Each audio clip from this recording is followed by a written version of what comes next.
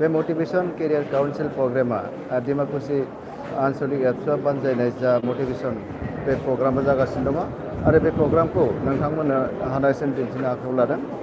नैबे डिमाकुसि आनसलिकनि जा motivation career counselling programme बे केरियार काउन्सिलिं प्रग्रामा दा जानो थांगासिनो दङ।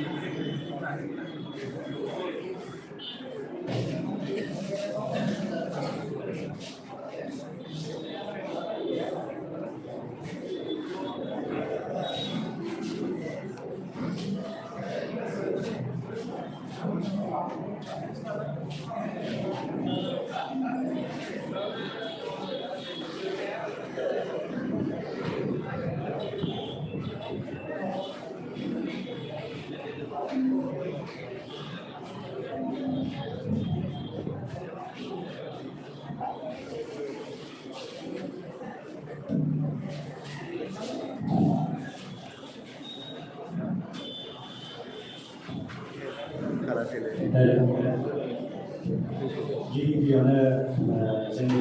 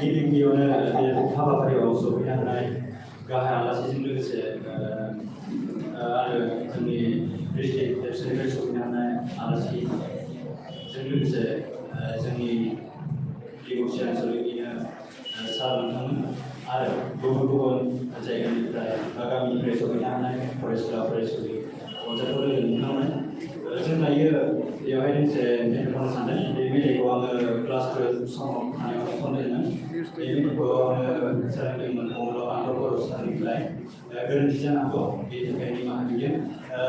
दामनायबो प्रेक्टिस गैया जों बिदि दामनाय जाया आदामोनाबो बिथांमोना आंखौ हेफाजाब होनो नागिरदों बेनि थाखाय आं बिथांमोननो साबायखर बावदों। जों मेथाइखौ जागायनो सानो।